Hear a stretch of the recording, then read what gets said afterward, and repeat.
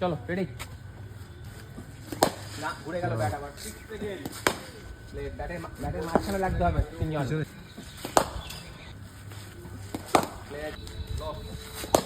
Front শোল্ডারটাকে down করতে হবে, তাহলেই বলটা অটোমেটিক নিচে যাবে। Much better, much better. তিনজন ওয়েল ডান। ফ্রন্ট শোল্ডার বলের দিকে নিয়ে যা। Much better, fantastic shot. এই বলটাকে আমি চাবো ব্যাটটাকে সোজা। চলো রাজবীর, সামনের পায়ে থাকবে। চলো ঠিক আছে, গুড শট। আরো ব্যাটটাকে আরো উপরে নিয়ে যাও মারার পরে। বলের মেরিট অনুযায়ী ভালো ব্যাটিং হচ্ছে, পেছনের পা নড়বে না। এটা মারার বল ছিল কি?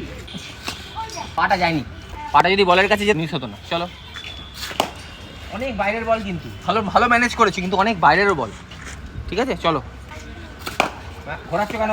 সোজা ঘোরানো যাবে না, যেরকম বল আসবে সেরকম খেলবো। সামনের পায়ে মেন ফোকাস করো। নেট ব্যাটটা একটু আগে রাখ। বেটার, অনেক বেটার, কিন্তু এখনো আরো স্ট্রং হতে পারে। টপ হ্যান্ড কোনটা? হ্যাঁ ওটাকে শক্ত করো যেভাবে হোক, মারার সময়, তার আগে নয়।